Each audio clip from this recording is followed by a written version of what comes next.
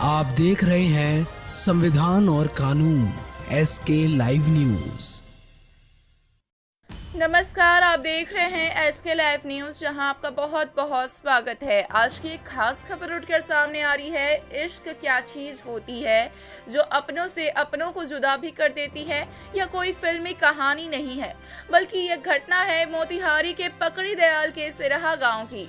सिरहा गांव की प्रियंका कुमारी नामक नवविवाहिता ने अपने जीजा के प्यार की परवान से जीजा के साथ मिलकर अपने पति राजेश कुमार की निर्मम हत्या अपने जीजा से करवाई, क्योंकि प्रियंका कुमारी अपने जीजा मधुबन के शंभू प्रसाद के साथ रहना चाहती थी। 4 सालों से बेतहाशा प्यार करती थी और पति के मना करने के बाद भी वह नहीं मानी और पति रोज रोज उसको समझाता था कि वह जीजा से अपनी दूरी बनाकर रखे, जीजा से बातचीत करना बंद कर दे।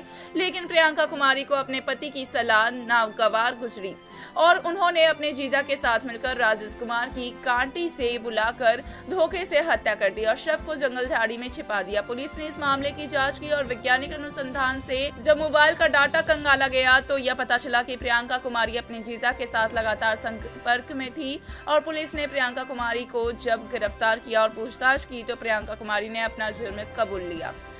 उसने बताया कि पिछले 4 मार्च को ही उसकी राजेश कुमार के साथ शादी हुई थी। वहीं पिछले 4 साल से जीजा के साथ उनके प्यार के संबंध थे और जीजा से वह बेतहाशा प्यार करती थी, इसलिए उन्होंने अपने पति की हत्या कर दी। पकड़ी दयाल के DSP सुबोध कुमार ने इसकी जानकारी देते हुए कहा कि प्रियंका कुमारी नामक महिला अपने पति की हत्या पिछले दिनों कर दी थी और लगातार वो अपने बयान को बदल रही थी। पुलिस ने जब कड़ी पूछताछ की तो प्रियंका कुमारी ने अपना जुल्म कबूल लिया। वहीं लड़की के जीजाजी और अन्य घटना में शामिल लोगों की गिरफ्तारी की जा रही है। जी हाँ, और इसी के साथ आप सभी को बताते चले, ये है मोतिहारी से अरविंद कुमार की एक खास रिपोर्ट। अप्रैल को शाम लगभग 4 बजे पकड़ी दयाल थाना अंतर्गत सिरहा गांव में सूखी पत्ती से छिपाकर एक लाश बरामद हुआ था। लाश की शिनाख्त की गई।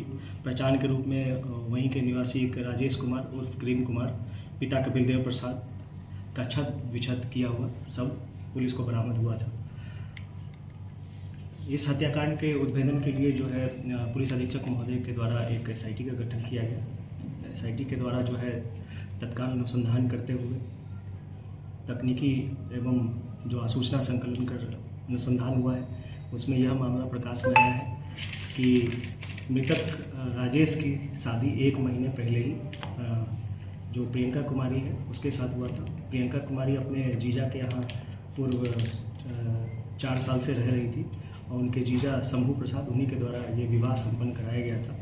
पता चला कि इस 4 साल से रह रही थी, उस बीच में उसका अपने जीजा के साथ प्रेम प्रसंग हो गया था और प्रेम प्रसंग को लेकर जो शंभू प्रसाद है उसकी पत्नी के द्वारा आत्महत्या का प्रयास किया गया था, जिसके कारण जो है शंभू प्रसाद के द्वारा अपनी साली की शादी करा दी गई राजेश कुमार के साथ। पिछले माह मार्च में शादी हुई थी।